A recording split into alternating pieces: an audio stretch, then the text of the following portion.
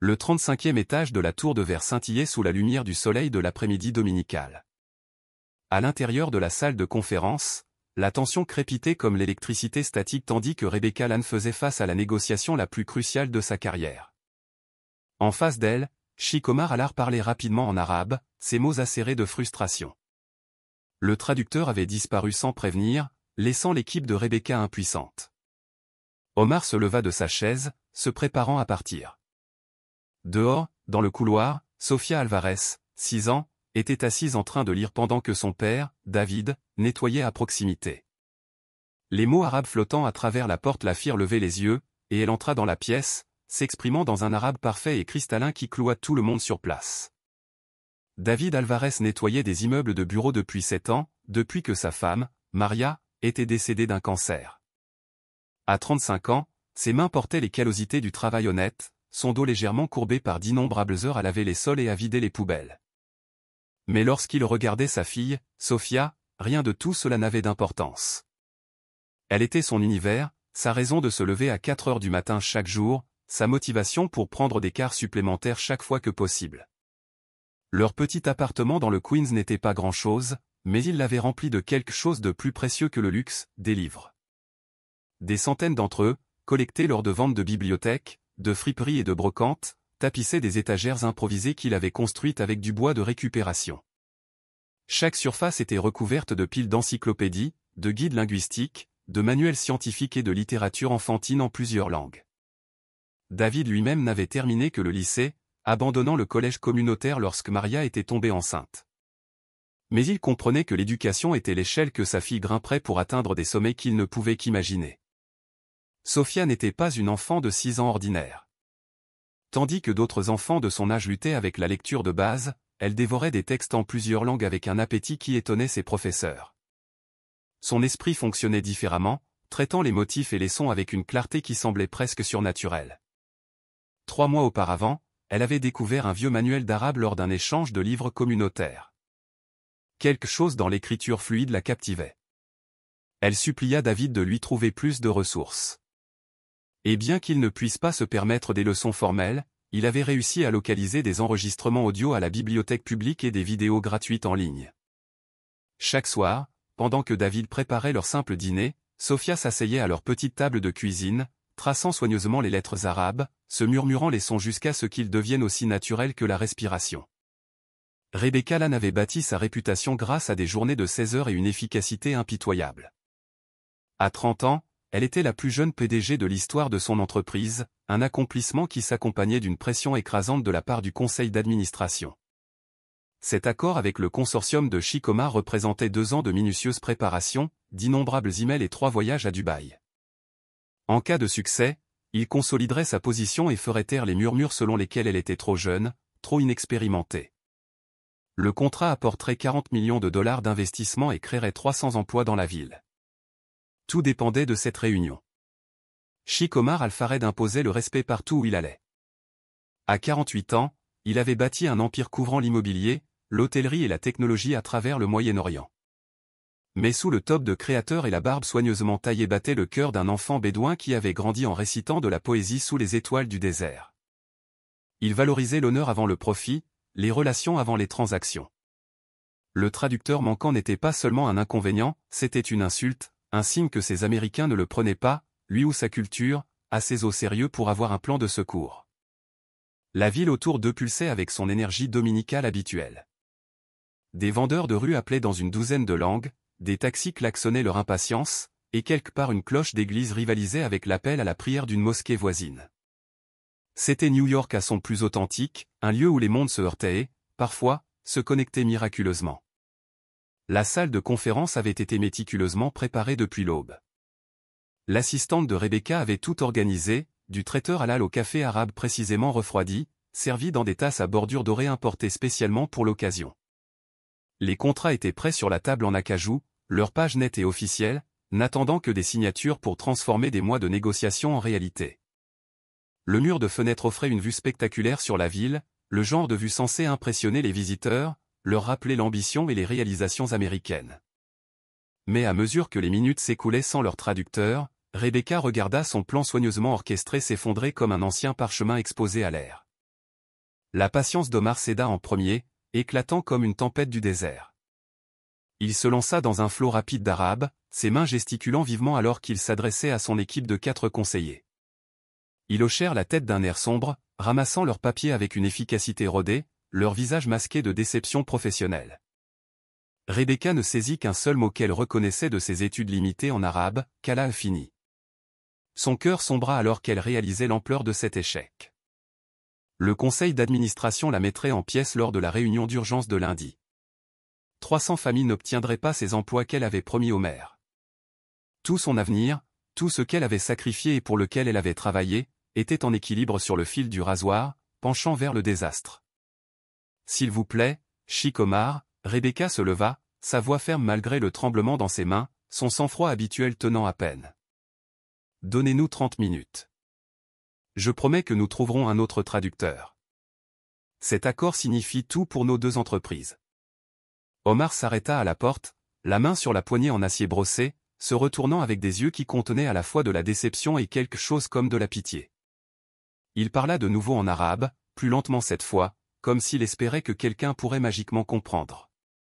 Ces mots portaient le poids de la finalité, le son de l'opportunité qui s'éloignait à jamais. Derrière lui, ses conseillers se mirent mal à l'aise, conscients des millions de dollars qui se dissolvaient dans ce moment de malentendu culturel.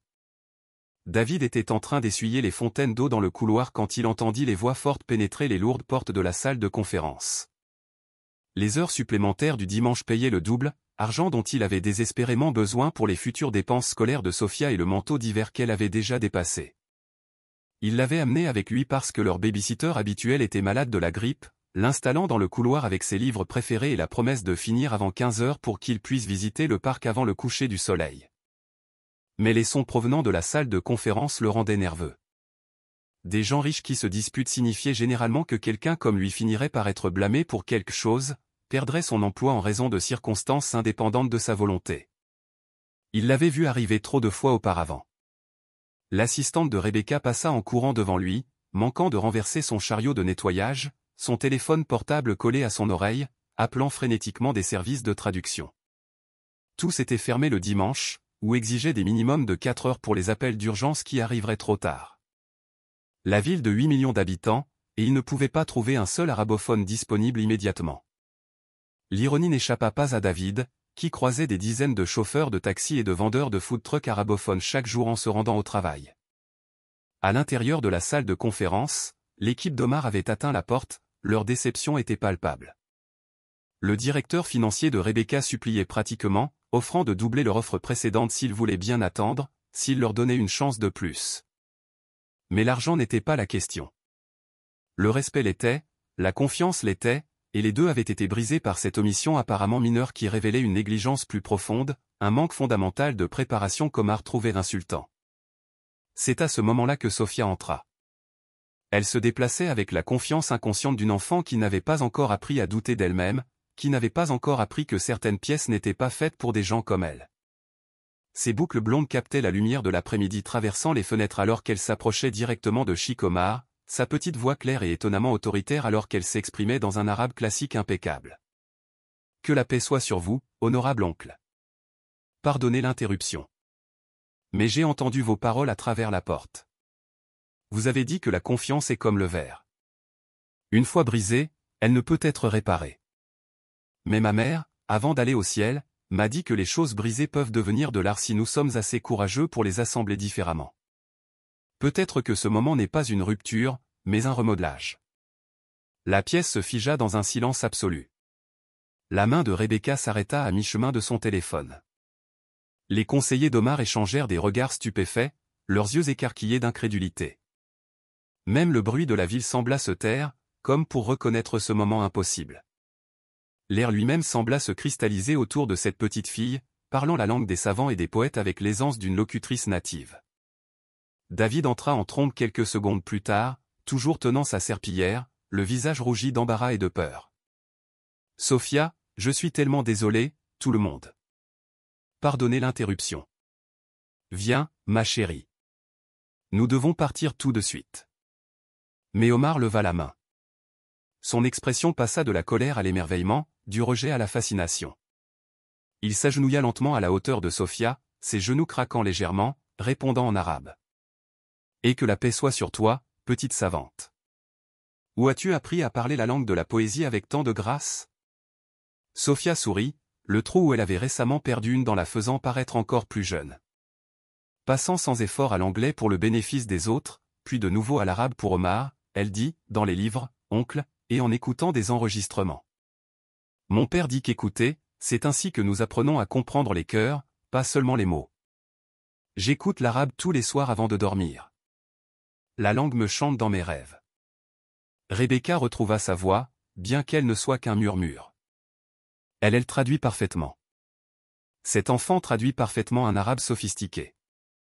Omar se leva lentement, ses yeux passant de Sophia à David, observant l'uniforme de travail taché de produits de nettoyage, les yeux fatigués qui parlaient de double quart et de sommeil sacrifié, la façon protectrice dont le concierge se plaçait près de sa fille comme un ange gardien en uniforme de maintenance.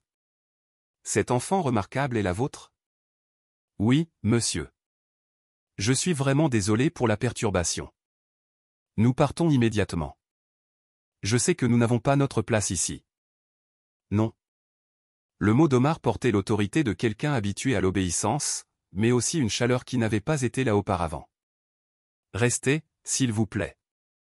Il se tourna vers Rebecca, toute son attitude ayant changé. Il semble que Dieu offre des solutions sous des formes inattendues.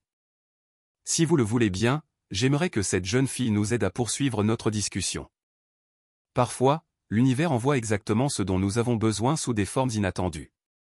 Rebecca regarda David, le voyant clairement pour la première fois. Non pas seulement l'homme invisible qui vidait ses poubelles et nettoyait son bureau, mais un père qui avait en quelque sorte élevé cet enfant remarquable.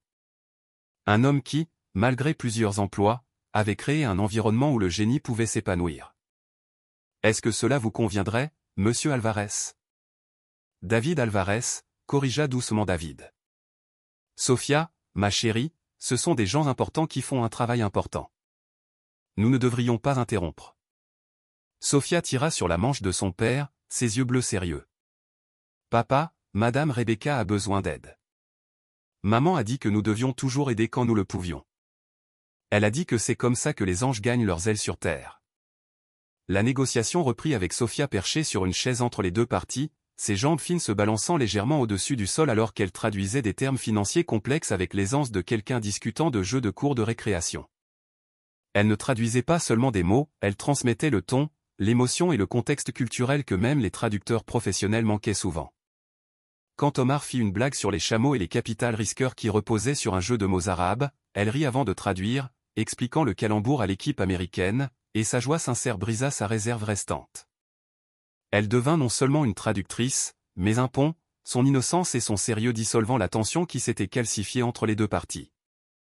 Comment connaît-elle ces termes techniques? Murmura Rebecca à David, qui avait été convaincu de s'asseoir à proximité, bien qu'il soit perché sur le bord de sa chaise comme s'il était prêt à fuir à tout moment. Elle lit tout ce qu'elle peut trouver.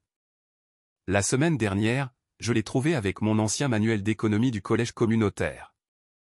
Elle a dit que c'était intéressant. Elle lit la section économique des journaux que je rapporte de la collecte des déchets, des revues médicales de l'hôpital où je nettoie la nuit. Elle absorbe tout. Il secoua la tête d'étonnement, ses yeux ne quittant jamais sa fille. Je n'ai jamais su qu'elle avait appris l'arabe à ce niveau. Elle a dû pratiquer pendant que j'étais au travail, en utilisant l'ordinateur à la bibliothèque. Alors que l'après-midi avançait, l'atmosphère passa de la tension à la collaboration, de la suspicion à un véritable partenariat. Sophia demandait occasionnellement des éclaircissements, ces questions si perspicaces que les deux parties s'arrêtaient pour considérer des angles qu'elles avaient négligés. Lorsque la discussion porta sur l'impact communautaire, elle partagea sa propre observation, « Mon père travaille très dur, mais il dit qu'un travail honnête procure un sommeil honnête. Peut-être que cet accord peut aider plus de pères à dormir honnêtement. Peut-être qu'il peut aider les enfants à avoir plus de livres. » Les yeux d'Omar s'adoucirent visiblement, une humidité perla dans ses yeux tandis que cette enfant américaine parlait sa langue maternelle. Il y entendit des échos de sa propre fille, Amamira, perdue à cause de la leucémie il y a 10 ans. Elle aurait eu 16 ans maintenant, peut-être aussi brillante que cette petite, peut-être changeant le monde avec ses propres dons. Dis-moi, jeune Sophia, qui t'a appris notre belle langue? Personne ne m'a appris exactement, oncle. J'ai trouvé un livre à l'échange de livres du centre communautaire. Il avait de belles lettres comme de l'art, comme des oiseaux volants en formation. Ensuite, j'ai trouvé des enregistrements à la bibliothèque. Madame Chen, la bibliothécaire, m'a aidé à trouver des sites web où je pouvais entendre la prononciation correcte. Elle a dit, les langues sont comme la musique. Il faut entraîner son oreille avant sa langue. Elle passa à l'arabe, sa voix prenant une qualité narrative. J'ai pratiqué tous les jours, parfois pendant que papa dormait après son quart de nuit.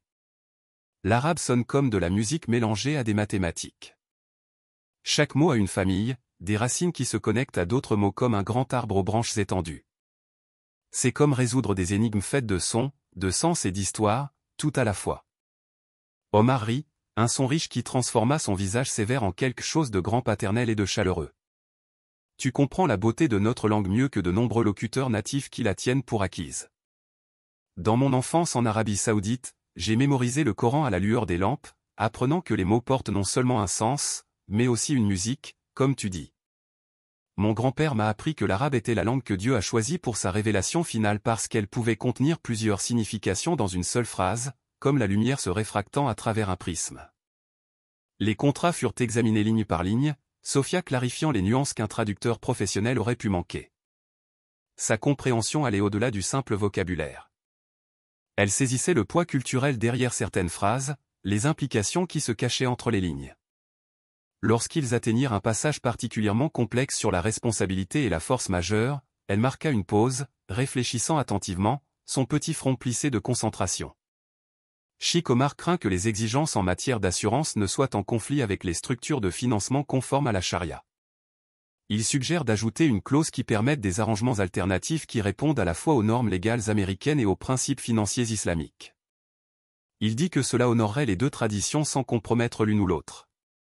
L'avocat de Rebecca hocha la tête avec appréciation, prenant des notes rapides.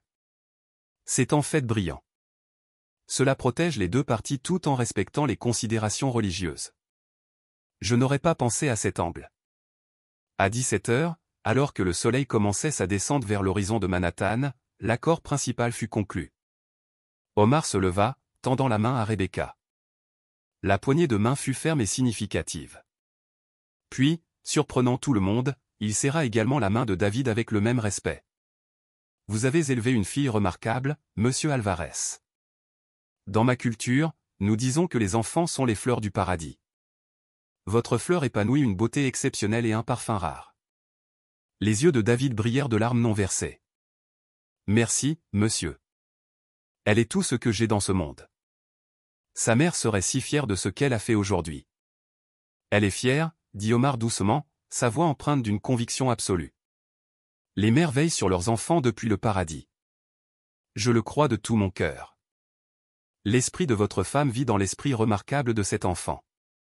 Rebecca suggéra de poursuivre les discussions autour d'un dîner pour célébrer cette avancée, mais David hésita, son inconfort évident. Nous devrions rentrer.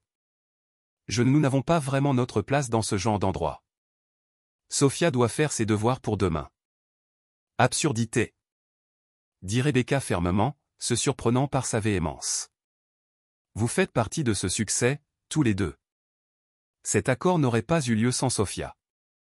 Le restaurant que Rebecca choisit était élégant mais pas ostentatoire, avec une salle à manger privée qui permettait une conversation confortable à l'abri des regards curieux. David s'assit avec raideur au début, ne sachant quelle fourchette utiliser, submergé par le nombre de verres à sa place. Mais l'aisance naturelle de Sophia l'aida à se détendre. Elle interrogea Omar sur l'architecture de Dubaï, sur les mathématiques de la construction dans le sable, sur la façon dont les gratte-ciels pouvaient résister aux tempêtes du désert. Sa curiosité était illimitée et contagieuse. Votre fille voit des liens que d'autres manquent, dit Omar à David pendant le plat principal. A-t-elle été testée pour ses aptitudes intellectuelles? L'école voulait la faire avancer de 3 classes, peut-être plus. Mais je voulais qu'elle ait une enfance normale, des amis de son âge. Je ne veux pas qu'elle grandisse trop vite, qu'elle manque les joies simples de la jeunesse. Rebecca se pencha en avant, sincèrement intéressée. Cela doit être incroyablement difficile de l'élever seule tout en cumulant plusieurs emplois. Comment gérez-vous tout cela? La mâchoire de David se serra légèrement, la fierté d'un homme peu habitué à la pitié ou à la charité. Nous nous en sortons. Sofia comprend notre situation. Elle ne s'est jamais plainte, n'a jamais demandé de choses que je ne pouvais pas lui offrir. Elle sait que chaque livre que je rapporte est un trésor, chaque visite à la bibliothèque une aventure. Papa travaille plus dur que n'importe qui au monde, interjeta Sofia, sa voix féroce de loyauté. Il dit, l'argent n'est pas la richesse. L'amour est la richesse. Le temps est la richesse. La connaissance est la richesse. Nous sommes très riches de toutes les manières qui comptent. Au dessert, tandis que Sofia s'exerçait à écrire le nom d'Omar en écriture arabe sur sa serviette, ajoutant des fioritures décoratives qu'elle avait apprises en étudiant l'art islamique en ligne, Rebecca se retrouva à observer David. Ses mains, rugueuses par le travail, cicatrisées par les nettoyants industriels, bougeaient avec une douceur surprenante alors qu'il aidait Sofia avec une lettre difficile. Ses yeux, fatigués mais bienveillants, s'éclairaient chaque fois que sa fille parlait. Il y avait une dignité dans son maintien qui transcendait ses circonstances, une noblesse qui n'avait rien à voir avec la richesse ou la position. « Parlez-moi de la mère de Sofia » demanda Rebecca doucement pendant que Sofia montrait à Omar son carnet d'arabe rempli de mois de pratiques minutieuses. L'expression de David changea, des souvenirs jouant sur ses traits comme des ombres et de la lumière. Maria était enseignante, école primaire, 2e année. Elle croyait que chaque enfant avait un don qui attendait d'être découvert, une lumière qui attendait de briller. Quand elle est tombée malade, quand nous avons su que le cancer gagnait, elle a passé ces derniers mois à s'enregistrer, à lire à Sofia, à lui apprendre à aimer apprendre. Elle a fait des centaines d'enregistrements, histoires pour dormir, leçons sur la gentillesse, chansons espagnoles de son enfance. Elle disait que la connaissance serait l'héritage de Sofia, mieux que n'importe quel argent que nous pourrions lui laisser. Elle disait que Sofia changerait le monde un jour. Elle semble extraordinaire. Elle l'était. Parfois, je la vois dans les yeux de Sofia. Cette même curiosité pour tout, cette même conviction que le monde est plein de merveilles à découvrir, cette même foi que la bonté compte plus que le succès. Rebecca toucha brièvement sa main, surprise par sa propre audace. Elle voit cela en vous aussi. La façon dont vous avez préservé le rêve de sa mère, vous épuisant au travail pour maintenir Sofia dans les livres et le matériel d'apprentissage. C'est de l'amour en action. C'est de l'héroïsme sans cap.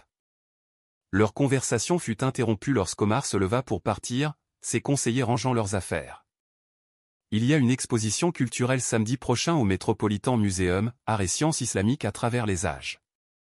Je serais honoré que vous et Sofia y assistiez en tant qu'invité personnel.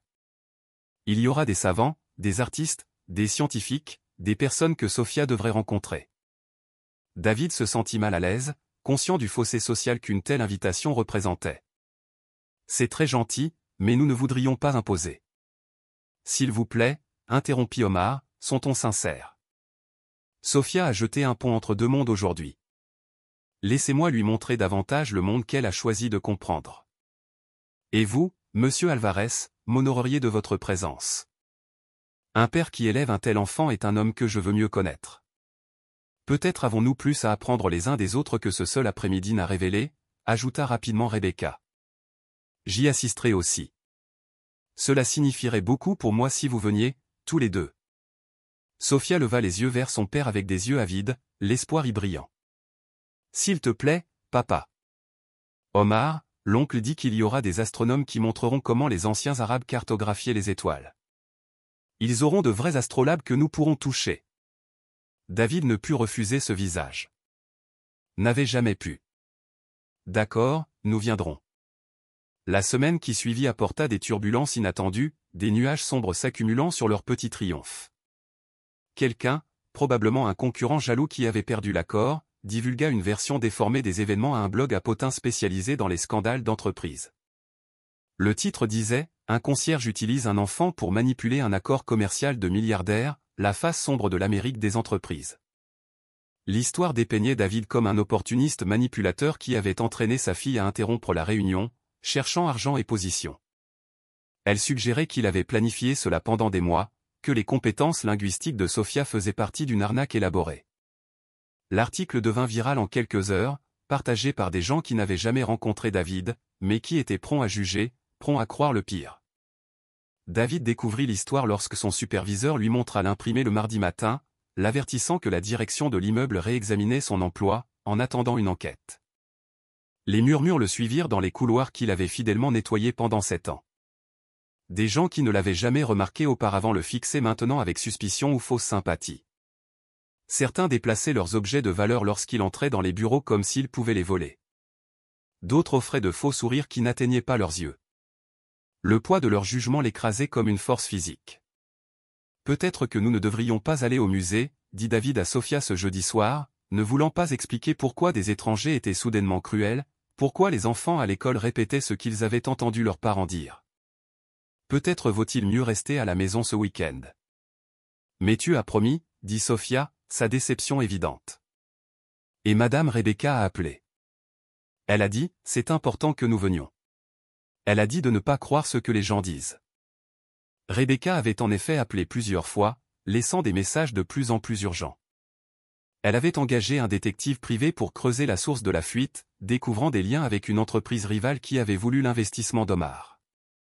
Elle avait également appris plus de choses sur David, sa libération honorable de l'armée après 2 tours de service, les prix d'enseignement de sa femme et le fonds de bourse d'études créé en sa mémoire, son dossier d'emploi impeccable malgré le fait de prendre du temps libre pour chaque événement scolaire de Sophia.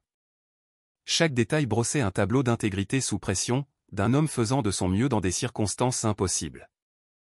Elle confronta aussi ses propres suppositions et son aveuglement. Combien de fois avait-elle croisé David dans les couloirs sans vraiment le voir ? Combien d'autres travailleurs invisibles faisaient fonctionner son monde pendant qu'elle se concentrait sur des tableaux et des marges bénéficiaires ? La révélation de sa propre ignorance occasionnelle la piquait plus qu'elle ne l'avait prévu. Le samedi arriva, gris et pluvieux, correspondant à l'humeur de David. Il repassa son seul bon costume, acheté d'occasion pour les funérailles de Maria il y a 4 ans, et cira les chaussures d'école de Sophia jusqu'à ce qu'elles brillent comme des miroirs. Elle portait sa robe préférée, bleue comme ses yeux, avec le petit bracelet doré qui avait été celui de sa mère, un cadeau de Quincira que Maria avait précieusement conservé. La salle du musée était bondée de l'élite de New York, des gens qui passaient l'été dans les Hamptons et l'hiver à Aspen. David ressentait chaque regard, entendait chaque murmure derrière des mains manucurées. Certains le reconnaissaient de l'article viral, leurs yeux glissant sur lui avec mépris ou curiosité. Il voulait partir, se retirer dans la sécurité de l'invisibilité. Mais Sophia lui tenait fermement la main, son excitation inébranlable alors qu'elle examinait des expositions d'astrolabes et de manuscrits enluminés, lisant les descriptions arabes aussi facilement que les anglaises. Omar les trouva près d'une exposition sur les innovations mathématiques, devant une présentation sur Al-Khwarizmi, le père de l'algèbre. « David, j'ai entendu parler des mensonges qui se répandent. Dans mon pays, nous avons un dicton, les chiens aboient, et la caravane passe. Ne leur prêtez aucune attention. La vérité a sa façon de se révéler. Cela affecte mon emploi, ma réputation. Peut-être que d'amener Sophia ici était une erreur. Peut-être aurais-je dû la garder cachée, à l'abri de toute cette attention. La seule erreur serait d'éteindre la lumière de votre fille à cause de gens à l'esprit sombre. » La voix d'Omar portait la conviction née de ses propres pertes et luttes. « J'ai vécu assez longtemps pour reconnaître la vérité de l'invention, pour distinguer la vraie bonté de la manipulation calculée. Vous êtes un homme honorable élevant un enfant exceptionnel dans des circonstances difficiles. Cela menace les gens qui ont moins accompli avec plus, qui ont besoin de croire que le succès ne vient que du privilège. » L'exposition comportait un espace de présentation où des universitaires devaient discuter de divers artefacts. De manière inattendue, le conférencier prévu était tombé malade à cause d'une intoxication alimentaire. Le conservateur, sachant qu'Omar était présent, demanda s'il pourrait dire quelques mots à la place. Omar accepta, mais à une condition. « J'aimerais que la jeune Sophia Alvarez se joigne à moi. Elle comprend quelque chose de la culture arabe que beaucoup de savants manquent, son cœur, son âme, son souffle vivant. » Le murmure dans la foule fut immédiat, certains reconnaissant le nom du scandale. David voulait refuser, pour protéger Sophia des projecteurs impitoyables et du jugement, mais elle lui serra la main. « Maman a dit, nous ne devrions pas cacher notre lumière sous le boisseau. » Elle a dit, c'est la peur qui parle, pas la sagesse. Sur la petite scène, Sophia se tenait à côté d'Omar, naine à côté de sa présence mais nullement diminuée, le menton levé avec une confiance tranquille. Elle attendit qu'il parle de l'âge d'or de la science islamique, des poètes et des mathématiciens qui ne voyaient aucune division entre l'art et l'arithmétique, entre la foi et la raison. Puis il lui fit un signe de tête. Sophia s'avança vers le microphone, qui dut être considérablement baissée. Elle parla d'abord en arabe, sa jeune voix portant une autorité surprenante. Au nom du compatissant, du miséricordieux. La langue n'est pas seulement des mots. C'est un pont entre les cœurs, une clé pour ouvrir les portes de la compréhension, une lumière qui nous montre que nous sommes plus semblables que différents. Elle passa à l'anglais, ses mots prudents mais confiants. Mon papa nettoie des bâtiments.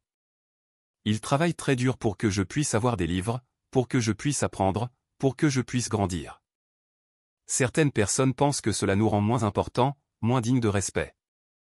Mais j'ai appris l'arabe avec des livres de la bibliothèque et des sites web gratuits parce que mon papa m'a appris que la connaissance ne se soucie pas de l'argent. Elle ne se soucie que de la fin. La fin d'apprendre, de comprendre, de se connecter avec d'autres êtres humains à travers les belles différences qui nous rendent uniques. La salle était silencieuse, à l'exception du bruit de la pluie contre les pluies de lumière du musée. Sophia continua, alternant entre l'arabe et l'anglais. Quand j'ai traduit pour Sheikh Omar et Madame Rebecca, je ne changeais pas seulement des mots d'une langue à l'autre. J'aidais les cœurs à se parler. C'est ce que fait le langage. Il nous rappelle que nous sommes tous humains, tous espérant des lendemains meilleurs, tous souffrant de nos pertes, tous guérissant par la connexion et la compassion. Elle regarda directement le public, dont certains chuchotaient sur son père quelques minutes auparavant. Ma maman est morte quand j'avais 3 ans, mais elle m'a laissé des voix, des enregistrements d'elle lisant, enseignant, chantant des berceuses en espagnol.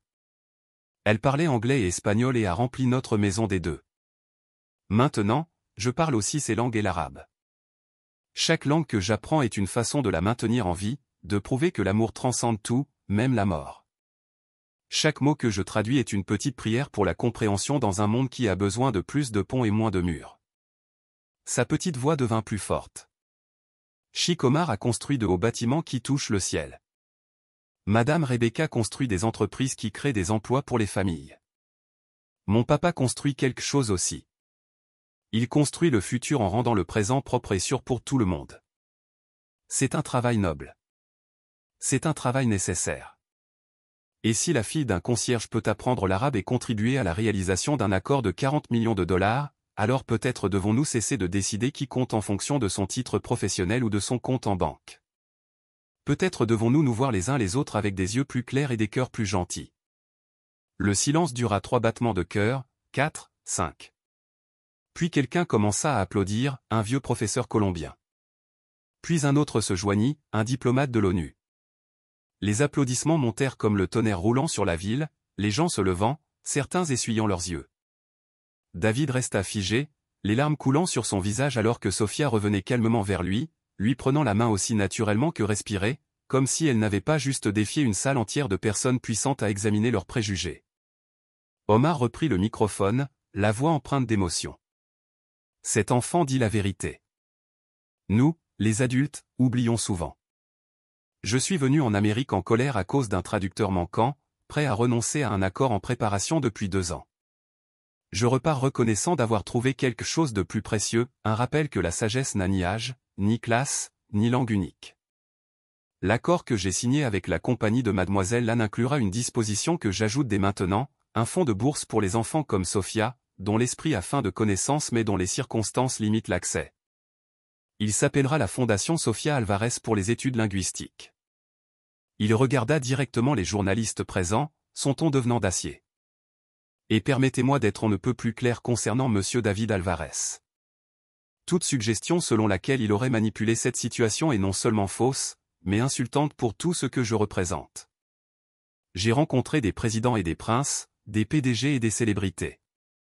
Peu m'ont impressionné par leur intégrité autant que cet homme qui cumule 2 emplois pour remplir le monde de sa fille de livres au lieu de s'acheter du confort. Quiconque continue de répandre des mensonges à son sujet devra répondre devant mon équipe juridique. Je leur ai déjà demandé d'engager des poursuites en diffamation contre la source originale de ces rumeurs. Rebecca s'avança, ayant pris une décision qui allait remodeler la culture de son entreprise. Je voudrais ajouter quelque chose. À compter de lundi, M. Alvarez se verra offrir un poste de nouveau coordinateur de liaison communautaire. Nous avons besoin de quelqu'un qui comprenne ce que signifie le vrai travail, ce à quoi ressemble la vraie lutte. Quelqu'un qui peut nous aider à construire des ponts, non seulement avec des partenaires internationaux, mais avec les communautés que nous prétendons servir. Ce n'est pas de la charité. C'est la reconnaissance que nous avons été aveugles au talent dans notre propre bâtiment.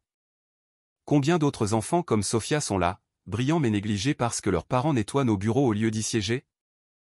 David commença à protester, submergé par ce changement soudain. Je n'ai pas de diplôme. Je ne connais rien à, vous savez, aux gens. Rebecca l'interrompit. Vous connaissez la dignité dans les circonstances difficiles. Vous savez comment faire naître l'espoir dans des situations désespérées. C'est ce dont nous avons besoin. Le reste s'apprend.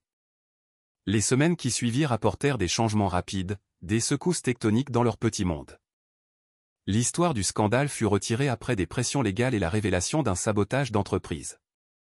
Le journaliste qui l'avait écrite publia des excuses publiques, admettant qu'il n'avait pas vérifié sa source. David accepta le poste après que Sophia l'eut convaincu que c'était ce que Maria aurait voulu, que c'était une chance d'aider d'autres familles comme la leur. Il insista pour commencer à temps partiel, voulant faire ses preuves.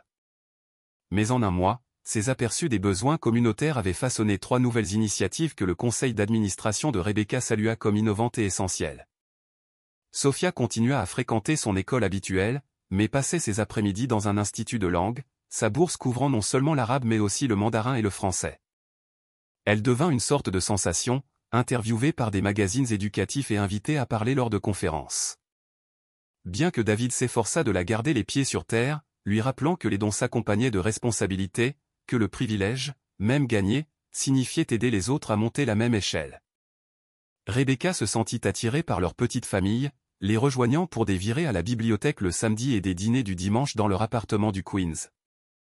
Sa relation avec David évolua lentement, construite sur le respect mutuel et des valeurs partagées plutôt que sur les attractions superficielles de ses relations précédentes. Elle apprit à voir la ville à travers ses yeux, non seulement les tours de verre, mais les gens qui les nettoyaient, non seulement les affaires, mais les vies qu'elles affectaient. Elle découvrit la beauté des épiceries de quartier et des jardins communautaires, des familles se réunissant dans les parcs publics parce que leurs appartements étaient trop petits pour recevoir, des enfants faisant leurs devoirs dans les laveries pendant que leurs parents travaillaient de nuit. Omar rendait visite chaque mois, devenant une figure de grand-père inattendue pour Sophia. Il lui enseigna la poésie arabe classique, les vers de Rumi et d'Al-Mutanabi.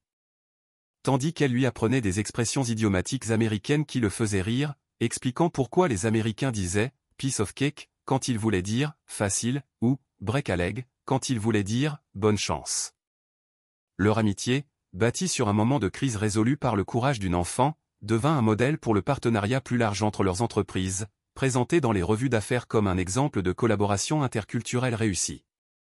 3 mois après l'événement du musée, ils se rassemblèrent de nouveau au bord du port où les cendres de Maria avaient été dispersées des années auparavant. Le soleil d'automne peignait l'eau d'or tandis qu'Omar versait du thé à la menthe traditionnelle d'une théière en argent qu'il avait apportée de Dubaï, un héritage familial que sa grand-mère avait utilisé. Dans ma culture, dit-il, observant la vapeur s'élever des verres, nous croyons que certaines rencontres sont écrites dans les étoiles avant notre naissance. Que Dieu met des gens sur notre chemin exactement quand nous en avons besoin, pas un moment avant ou après. Sophia, maintenant plus confiante mais toujours aussi douce et sérieuse, répondit en arabe.